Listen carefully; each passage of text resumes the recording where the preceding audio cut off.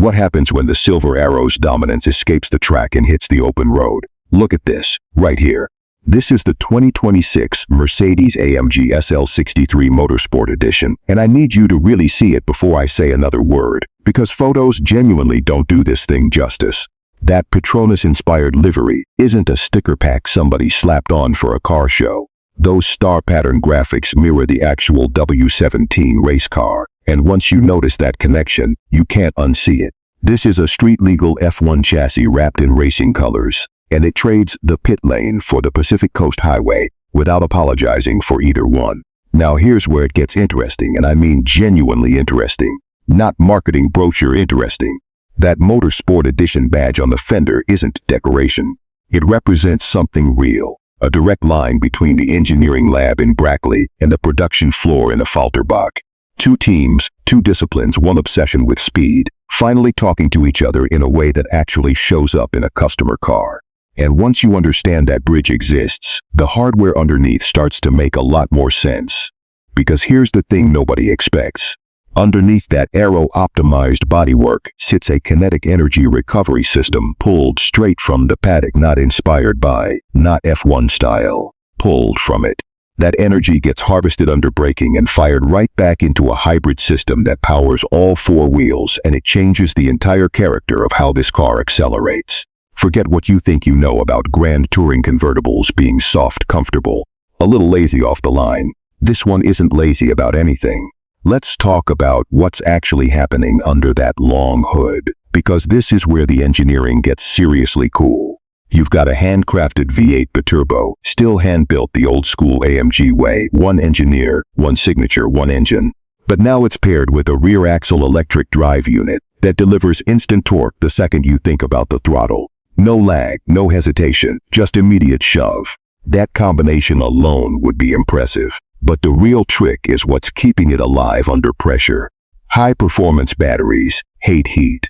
They degrade, they throttle back, they protect themselves right when you need them most. So Mercedes built a cooling architecture specifically to stop that from happening. Active E-performance cooling that keeps temperatures stable even when you're hammering this thing lap after lap, corner after corner. That means consistent power delivery, not a single burst that fades into disappointment 3 corners later. This is a car engineered to keep giving you everything, repeatedly, without flinching.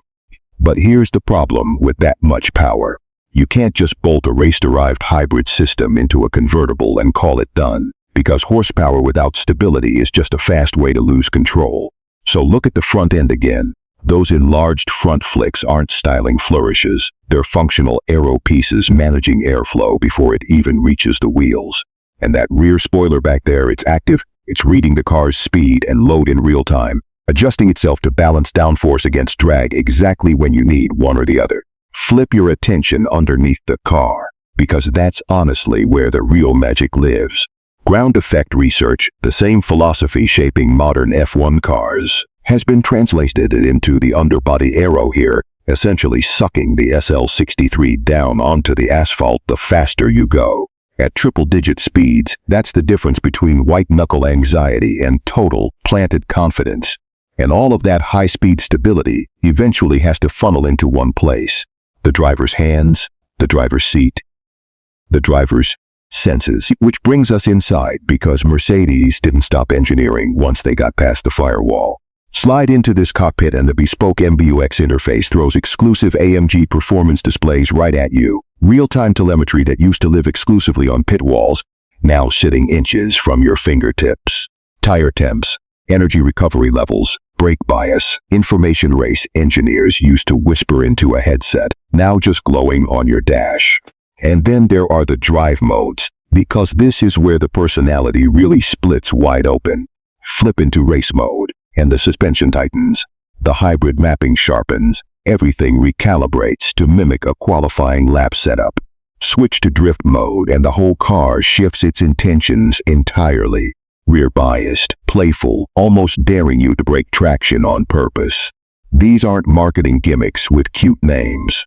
They physically transform how this car behaves the instant you touch that dial. And that's really the story here, isn't it? All those digital numbers, all that telemetry, All that clever engineering talk, none of it means anything until it becomes something you feel through the seat, through the wheel, through your spine on a corner exit.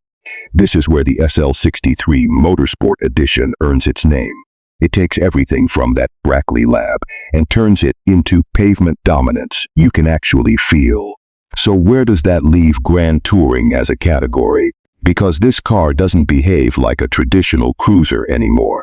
It behaves like a benchmark, a signal for where high-performance hybrids are heading next.